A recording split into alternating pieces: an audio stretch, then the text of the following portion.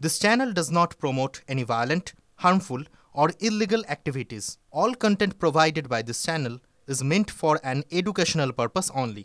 সংসদ চত্বরে ধাক্কাধাক্কির ঘটনা এবার বিরোধী দলনেতা রাহুল গান্ধীকে জিজ্ঞাসাবাদের প্রস্তুতি নিচ্ছে দিল্লি ক্রাইম ব্রাঞ্চ।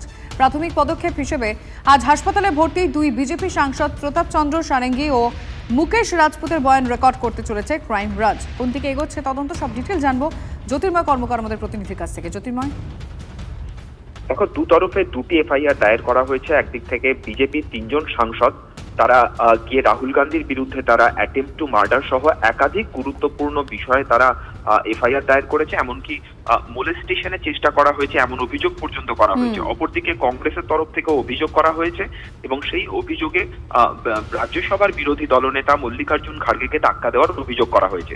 ইতিমধ্যেই ক্রাইম ব্রাঞ্চে একটি স্পেশাল গ্রুপ তৈরি করা হয়েছে এবং যে খবর আমরা পাচ্ছি, আরএমএল হসপিটালে গিয়ে আজকে ক্রাইম ব্রাঞ্চের একটি টিম তারা দুই বিজেপি সাংসদ যারা এই মুহূর্তে চিকিৎসাধীন রয়েছেন, প্রতাপ চন্দ্র সারেঙ্গি এবং মুকেশ রাজপুত, তাদের বয়ান রেকর্ড করবে।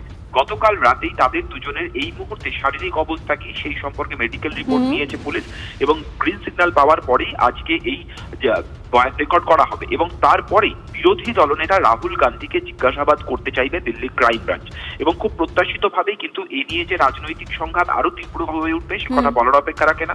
সূত্র মারফত আমাদের কাছে খবর আসছে আজ অথবা আগামীকালের মধ্যেই লোকসভা সচিবালয়ের কাছে সেদিনের ঘটনার সিসিটিভি ফুটেজও চাওয়া হবে এবং সূত্র মারফত এই মুহূর্তে আমাদের কাছে যে খবর আসছে যে সেই সিসিটিভি ফুটেজ ইতিমধ্যেই স্পিকারের অফিস তারা কিন্তু রেডি করে রেখেছে। নজর থাকবে জ্যোতির্ময়, ধন্যবাদ তোমায়।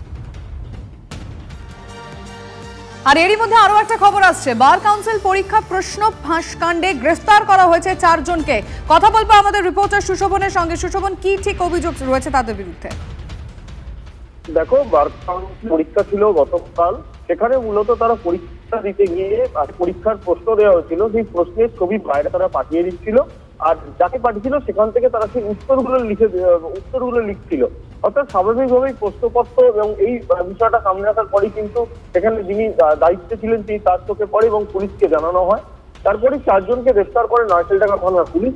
অলোক অধিকারী, সুব্রত সরকার, মাথাদুল হোসেন ও জগন্নাথ মান্না, এই 4 জনকে গ্রেফতার করেছে আজকে আদালতে পেশ করা হবে।